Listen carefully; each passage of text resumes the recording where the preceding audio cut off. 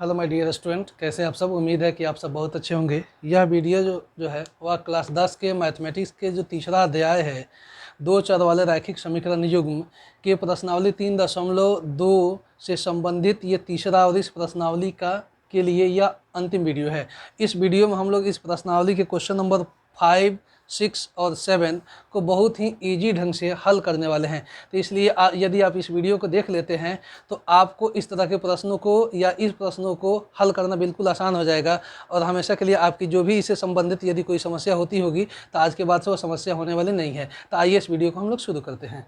ये पहला जो क्वेश्चन है, इसमें पहला का जो 5वां क्वेश्चन है वह कह रहा है कि आप देख सकते हैं कि एक आयताकार बाग जिसकी लंबाई चौड़ाई से 4 मीटर अधिक है। कोई एक बाग है आयताकार जिसकी लंबाई जो है उसकी चौड़ाई से 4 मीटर अधिक है। यदि अर्ध परिमाप 36 मीटर है तो बाग की बीमाएँ यानी कि उसकी लंबाई और चौड़ाई ज्ञात करना है। तो कह रहे कि एक आयताकार जो बाग है उसकी लंबाई उसकी चौड़ाई से 4 मीटर अधिक है। तो आप मान सकते हैं, माना कि ये क्वेश्चन नंबर क्या कौन सा है बच्चों? 5। आयताकार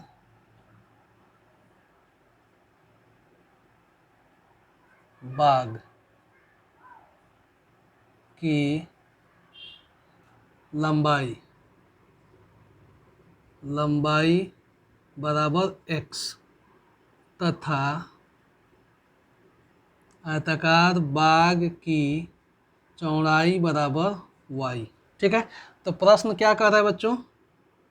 प्रश्न कह रहा है कि उसकी जो लंबाई है वह उसकी चौड़ाई से 4 मीटर अधिक है। तो दोनों को अगर बराबर करना हो तो चौड़ाई को हम क्या कर देंगे, तो लंबाई जो है बाग की लंबाई बराबर बाग की चौड़ाई। कैसे दोनों बराबर होगा? या तो लंबाई में से आप 4 घटा दीजिए तो चौड़ाई के बराबर आ जाएगा, या चौड़ाई को 4 मीटर बढ़ा दीजिए। तो यदि हम चौड़ाई को 4 मीटर बढ़ा देते हैं तो बताइए लंबाई और चौड़ाई दोनों का जो लेंथ है वह क्या हो जाएगा? बराबर हो जाएगा। चूँकि कह रहा है कि एक आयताकार बाग की जो लंबाई है उसकी चौड़ाई से 4 मीटर अधिक है, तो उसकी चौड़ाई आपने मान लिया है कितना? y, लंबाई माना है x। तो आप या तो लंबाई में से 4 घटा दीजिए तभी चौड़ाई के बराबर आ जाएगा, या चौड़ाई को 4 बढ़ा दीजिए तो लंबाई के बराबर हो जाएगा। तो हमने यहाँ क्या किया है, बाग के चौड़ाई को 4 मीटर बढ़ा दिया है। तो बाग की लंबाई कितना है बच्चों? x, चौड़ाई कितना है? y प्लस 4, यानी कि चौड़ाई में 4 मीटर आप जोड़ देंगे तो दोनों का जो लेंथ है वो बराबर हो जाएगा। तो इसलिए ये x माइनस वाई इधर आएगा तो क्या आएगा? 4। इसको आप समीकरण 1 मान लीजिए। अब कह रहा है कि चूंकि फिर आगे कह रहा है कि इस बाग जो है इसका अर्ध परिमाप जो दिया है वह 36 है। चूंकि पुनः प्रश्न से लिख लीजिए, पुनः प्रश्न से चूंकि बाग का अर्ध परिमाप बराबर कितना है बच्चों? 36 है। तो आप जानते हैं कि आयत का परिमाप कितना होता है? तो 2 इंटू लंबाई प्लस चौड़ाई, लेकिन ये आधा कह रहा है तो इसलिए हम कह सकते हैं कि 2 इंटू लंबाई प्लस चौड़ाई, अर्ध परिमाप तो इसको 2 से भाग लगा दीजिएगा, बराबर क्या हो गया? 36। ये 2 से 2 काट दीजिए। लंबाई को आप क्या माने हैं? x, चौड़ाई को क्या माने हैं? y, बराबर ये क्या आ जाएगा? 36। ठीक है। इसको आप मान लीजिए समीकरण 2। अब आप समीकरण 1 और 2 को हल कर दीजिए। यहाँ लिखिए समीकरण 1 और, या आप ऐसे कर सकते हैं समीकरण 1 प्लस 2 से। इसका मतलब हो गया कि समीकरण 1 और 2 को जोड़ रहे हैं। समीकरण 1 कितना है? तो x माइनस वाई बराबर 4, और समीकरण 2 कितना है? तो x प्लस वाई बराबर 36। अब आप जब जोड़िएगा तो एक एक्स और एक एक्स कितना हो गया? 2x, और माइनस वाई प्लस वाई ये क्या हो गया? कट गया।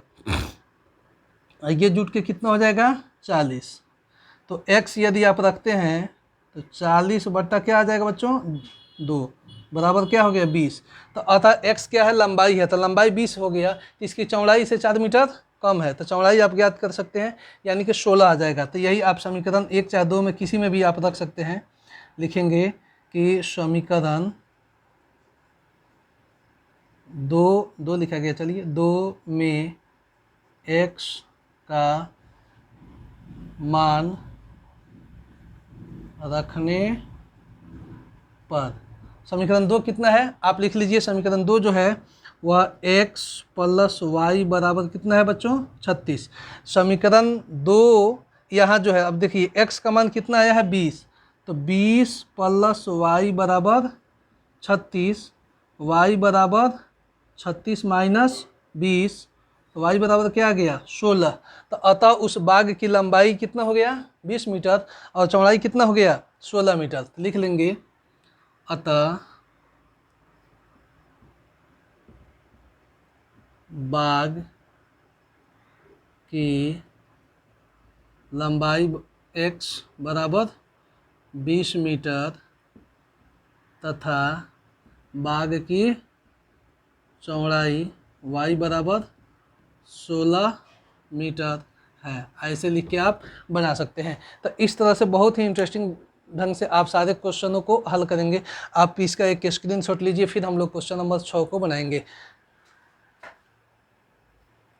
डियर स्टूडेंट, आप यहाँ जो है क्वेश्चन नंबर 6 के बारे में देख सकते हैं। क्वेश्चन नंबर 6 का है एक रैखिक समीकरण 2x प्लस 3y माइनस 8 बराबर 0 दी गई है।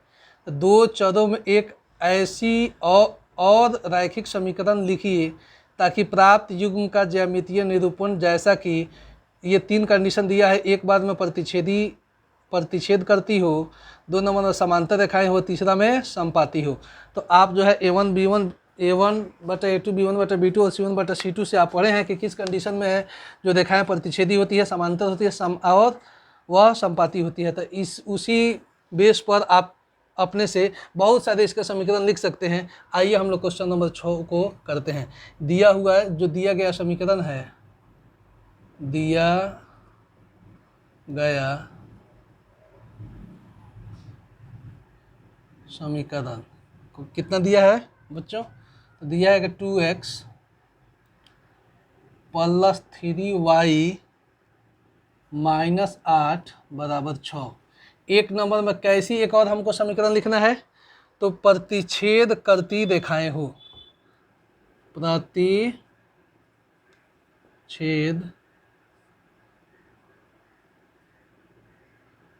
करती रेखाएं हो। रेखा कैसी है बच्चों, तो वह रेखा प्रतिच्छेद करती हो। यहाँ क्या है, आपको समीकरण कितना दिया हुआ है, तो 2x प्लस 3y माइनस 8 बराबर 0। प्रतिच्छेद करने के लिए आपको A1/A2 बराबर नहीं होना चाहिए B1/B2 के। तो आप अन्य एक दूसरा समीकरण लिख सकते हैं। यहाँ जो है A1, आप यहाँ कुछ भी रख लीजिए, 3x प्लस 5y, और यहाँ जो है माइनस 6 बराबर 0 कर दीजिए। यहाँ देखिए आप A1/A2 यानी कि 2/3 बराबर नहीं है यहाँ 3/5 की, ये दोनों बराबर है क्या, बराबर नहीं है। तो ये दोनों जो रेखाएं हैं, ये दोनों जो समीकरण है, इसका ज्यामितीय निरूपण किया जाएगा तो उसके वह क्या होगा, प्रतिच्छेदी रेखाएं होंगी। तो अतः ये, तो लिख देंगे अतः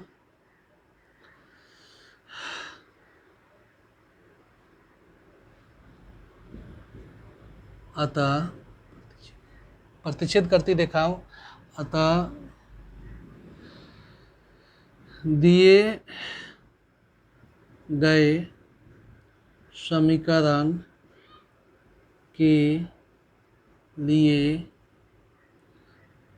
3x प्लस 5y माइनस 6 बराबर 0 एक अन्य समीकरण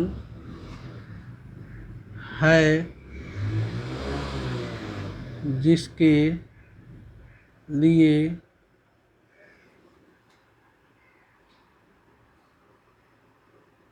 ज्यामितीय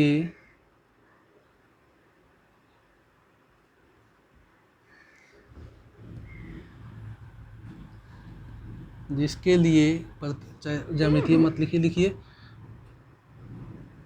प्रतिच्छेदी रेखाएं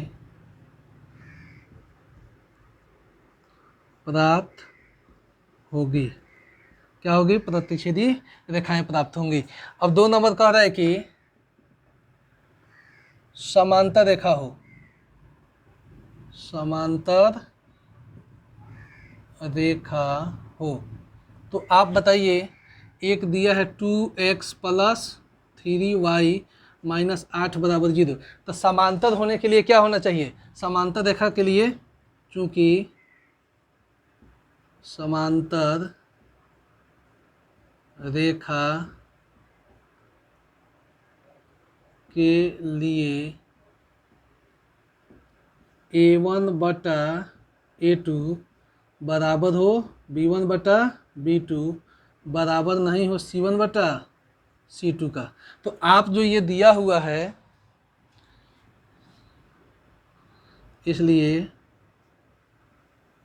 अन्य समीकरण, इसके लिए जो है आप a1/a2 b1/b2, जैसे ये 4x है तो आप इसके दूसरा समीकरण लिख सकते हैं 4x प्लस ये 3y है तो आप लिख सकते हैं 6y, और ये -8 है तो इसको भी आप डबल कर दीजिए 16 बराबर हो जाएगा 0।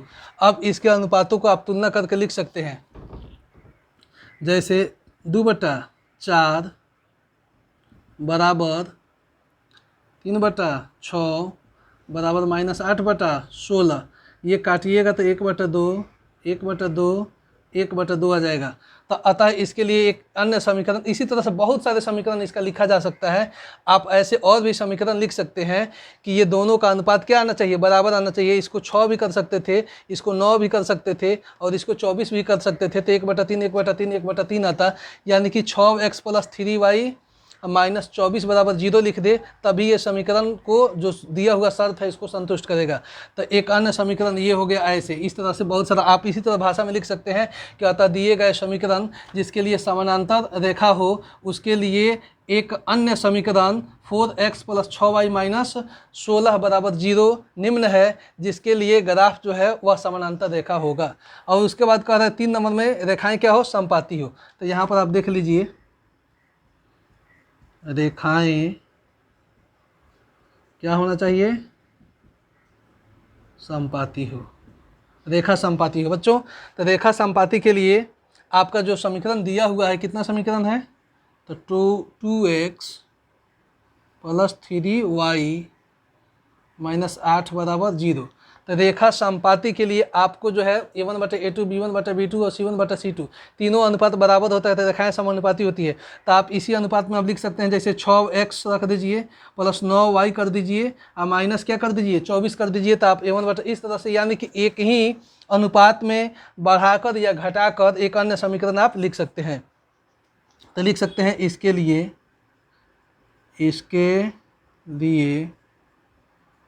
एक अन्य समीकरण निम्न है। ठीक है, तो आप लिख लीजिए एक और समीकरण की यहाँ 6x + 9y - 24 बराबर 0। इसके अनुपातों को आप तुलना करके लिख सकते हैं। जैसे लिखेंगे क्या कि 2/6 बराबर 3/9 बराबर -8/24। तो बच्चों इसको यदि आप इसको डिवाइड करेंगे तो ये 1 क्या आ जाएगा 3, ये भी 3 एकम 3 3 3 का 9, ये 8 एकम 8 8 3 का 24, माइनस माइनस कट गया। तो बताइए आप 1/3 1/3 1/3, यानी कि a1/a2 b1/b2 और c1/c2 तीनों का अनुपात बराबर हो गया। अतः इस समीकरण के लिए एक अन्य तो लिख लेंगे ऐसे कि अतः दिए गए शर्तों को संतुष्ट करते हुए एक समीकरण अन्य निम्न है, जो 6x + 9y - 24 बराबर 0 है। इसके लिए ये रेखाएं क्या होंगी? समपाती होंगी। तो यह भी आप इसको आंसर के रूप में लिख सकते हैं। इस तरह के बहुत सारे समीकरण लिख सकते हैं आप।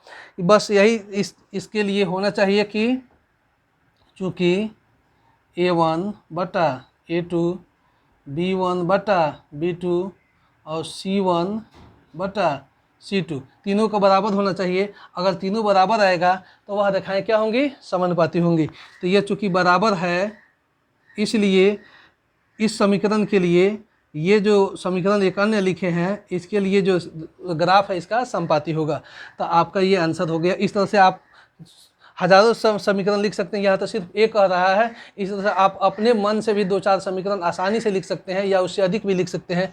तो इसका आप एक स्क्रीनशॉट ले लीजिए। फिर हम लोग क्वेश्चन नंबर 7 और जो कि अंतिम क्वेश्चन है उसको हल करते हुए इस वीडियो को एंड करेंगे, जो आप प्रश्नावली को भी समाप्त कर देगा।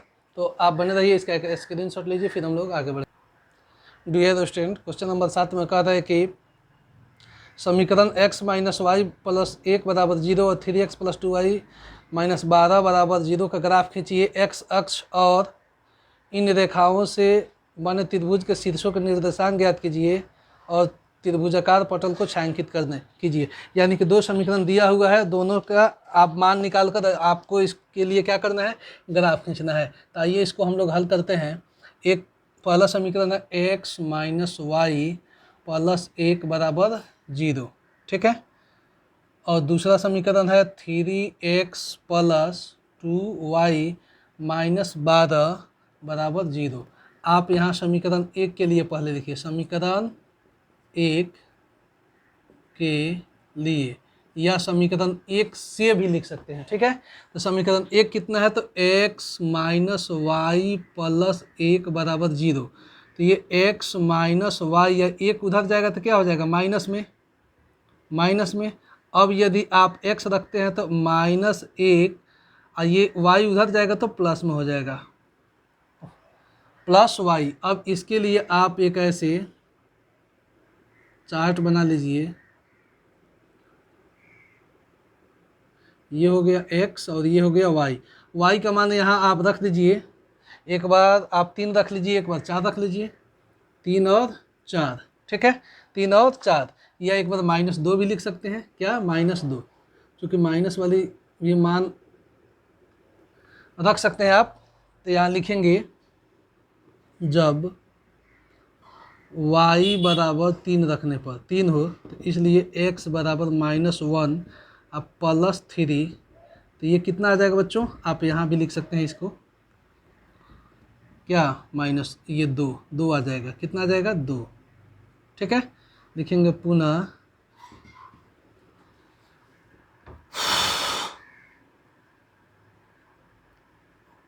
y बराबर -2 रखने पर, इसलिए y बराबर जब -2 रखेंगे तो हमारा जो x का मान है वह कितना आएगा, तो x बराबर -1, और y के जगह पर -2 रखेंगे तो ये हो गया आपका -1 -2 बराबर -3, तो ये आ गया -3, ठीक है। इसी तरह आप समीकरण 2 के लिए भी कर सकते हैं। तो लिखिए समीकरण 2 के लिए, बच्चों आप ऐसे लिख सकते हैं समीकरण 2 के लिए। जब समीकरण 2 को हम लोग लिखेंगे, ये कितना है, तो 3x प्लस 2y माइनस 12 बराबर 0। यहाँ आप जो है इसमें से 2 कॉमन कर, नहीं 2 कॉमन कैसे नहीं कर पाएंगे, क्योंकि ये 2 यहाँ 2 के गुणांक नहीं है। तो आप यहाँ मान रखे थे किसका, y का, यहाँ रखेंगे आप x का। तो आप यदि 3x प्लस 2y रखते हैं तो ये 12 उधर जाके क्या हो जाएगा, प्लस में हो जाएगा। और यहाँ 2y रखेंगे तो 12 माइनस 3x, और y जब रखेंगे तो 12 माइनस 3x बटा 2। अब आपको जो है ऐसा मान रखना है, यहाँ आप एक चार्ट बना लीजिए, ये x और ये y। आप इसको x का मान ऐसा रखना है कि उसको घटा लेने पर ये 2 से भाग किया जाए तो वह पूर्ण संख्या, ये जरूरी नहीं है कि पूर्ण संख्या हो, दशमलव में भी आ सकता है, लेकिन आपको ग्राफ खींचने के लिए आसान होगा। तो आप जो है यहाँ आप क्या कर सकते हैं, तो आप यहाँ x का मान एक बार 2 रखिए, क्या रखिएगा, 2, ठीक है। x का मान आप यदि 2 रखते हैं तो 3 दूनी 6 हो जाएगा, x बराबर 2 रखने पर। तो लिखिए जब x बराबर 2 हो, तो इसलिए y बराबर क्या आएगा, तो 12 -3 गुना x की जगह पर 2/2, तो ये हो जाएगा 12 - 3 दूनी 6/2 बराबर 6/2 बराबर 3, ये आ गया 3। ठीक है बच्चों, अब क्या रखेंगे आप, यदि आप क्या रखते हैं 4 रखते हैं तो 0 आ जाएगा। चलिए 4 रख सकते हैं, y x बराबर क्या रखने पर 4, तो लिखेंगे पुनः x बराबर क्या रखेंगे हम 4, इसलिए y बराबर 12 - 3 गुने ये x का जगह पर हम 4 रख दिए बटा 2, तो बताइए 12 - 12/2 यानी कि 0/2 बराबर 0, तो इसका मान आ गया 0। अब क्या कीजिएगा, तो आप अपने ग्राफ कॉपी पर x और y यानी कि आप यहाँ y डैश, ये y और y डैश होता है, और ये x और x डैश, और दोनों के लिए आप निर्देशांक इसका लिखिए। उसके बाद जो है इस मानों को रख, तो बच्चों आप जो है अपने ग्राफ पेपर पर इस तरह से आप x और x डैश और y डैश खींचकर उस पर जो है इसके मानों को यहाँ पर इसके निरूपित कीजिएगा। पहला समीकरण के लिए हम लोग देखते हैं x2 पर y - 3, x2 कहाँ पर है, यहाँ पर है, y - 3 नीचे जाएंगे तो यहाँ आ जाएगा, ये बिंदु जो है ये 2 पर -3 हो गया। ठीक है, उसके बाद कह रहा है कि x2 पर -3 नहीं था बच्चों, ये x2 पर +3 था, तो 2 पर हम लोग ऊपर जाएंगे, +3 ये हो गया 2 पर 3। ठीक है, अब x - 3 पर y - 2, x - 3 ये हो गया और y - 2 ये हो गया, ये हो गया, तो ये हो गया -3 - 2। ठीक है, और इसके लिए अब क्या करेंगे, अब हम लोग इसको मिलाएंगे।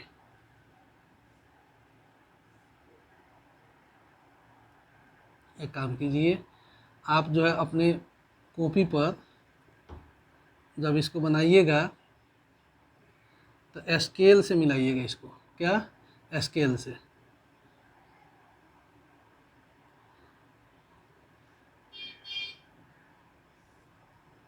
फिर से नहीं आ पाया उस पर बच्चों, आप जो है इसको स्केल से बनाएंगे, बिल्कुल जो है वह रेखाओं को उस बिंदु को मिलाते हुए जाएगा, जो आप रेखा खींचेंगे वह सीधा होगा एकदम, थोड़ा सा भी टेढ़ा नहीं होगा। तो ये समीकरण कौन सा हो गया, तो x - y + 1 हो गया, x - y + 1 बराबर 0 हो गया बच्चों, 0।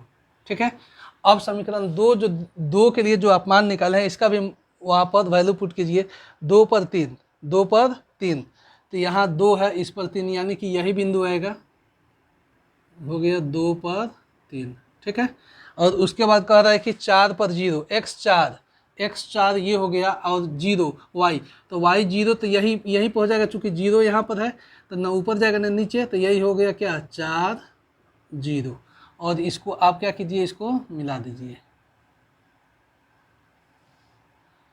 इस तरह से आप जो है मिला दीजिए। और ये समीकरण क्या है, समीकरण जो दूसरा है 3x + 2y - 12, यहाँ लिख लीजिए 3x + 2y - 12 बराबर 0। अब आपसे कह रहा था कि जो दोनों जो निर्देशांक जो त्रिभुज है, वो त्रिभुज के तीनों निर्देशांक जो है उसको लिखना है आपको, इसके निर्देशांकों को लिखना है, और इस भाग को क्या करना है हम लोगों को छायांकित भी कर देना है। यानी कि जो त्रिभुज आप बनाए, यानी कि जो x अक्ष से और दोनों जो ये रेखा है इसके बीच में जो त्रिभुज बना, इसके भागों को क्या करना है आपको छायांकित कर देना है, और इसके निर्देशांकों को लिख लेना है। तो आप त्रिभुज को ऐसे छायांकित कर लीजिएगा अपने ग्राफ कॉपी में, और इसके निर्देशांक जो है लिखेंगे, अतः त्रिभुज का निर्देशांक बराबर, आप इस तरह से लिख के और सभी निर्देशांकों को, तो प्यारे बच्चों आप इसके निर्देशांकों को बहुत ही आसानी ढंग से लिख सकते हैं। यहाँ जो है ये -2 है और यहाँ इस जिस बिंदु पर यहाँ कट करेगा ना, ये आपका यहाँ जो है -1 होगा। ठीक है, तो ये पहला निर्देशांक जो है, ये पहला हम देख सकते हैं कि ये जो आएगा ये किस पर आएगा, तो 1 पर आएगा। तो इधर x का मान क्या है, माइनस में है, तो -1, और y का मान अगर ऊपर नीचे रहता तो y का मान होता है, यहाँ पर जो है ये पूरे x अक्ष पर x से x डैश तक y का मान क्या होता है, 0 होता है। तो x -1 और y क्या हो जाएगा, 0। दूसरा ये जो है इसके लिए x कितना है बच्चों, 4, और y कितना है इसका, तो ऊपर नीचे नहीं गया है तो 0। और जो शीर्ष है, त्रिभुज का जो शीर्ष है, इसका निर्देशांक कितना हो जाएगा, तो ये जहाँ पर कटा है ये कितना है, 2, और y का मान ऊपर आप जाइएगा, यहाँ जो चूँकि x का मान यहाँ 2 यानी कि 2 के सामने है, और y का मान क्या है, 3 है, तो इसका हो जाएगा 2,3। तो यही हो गया इसका निर्देशांक। ठीक है बच्चों, तो इस तरह से आप जो है अपने ग्राफ कॉपी में इसको बहुत ही अच्छे ढंग से बना सकते हैं।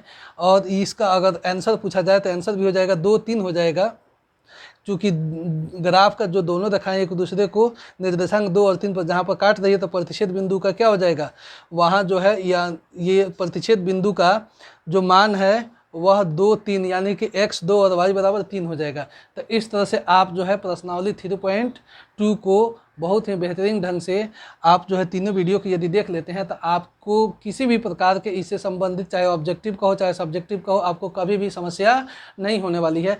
तो आप इसको एक बार 2 बार ज़रूर देखिए और आप अपने नोटबुक में इन प्रश्नों को अपने मन से बनाइए, जहां समस्या वहां फिर से देख लीजिए। आपको यदि वीडियो बेहतर लगता है तो आप ये चैनल को सब्सक्राइब भी कीजिए, दोस्तों के पास शेयर भी कीजिए। Thank you for watching. फिर मिलेंगे हम लोग नेक्स्ट वीडियो में नेक्स्ट चैप्टर के साथ। Thank you for watching.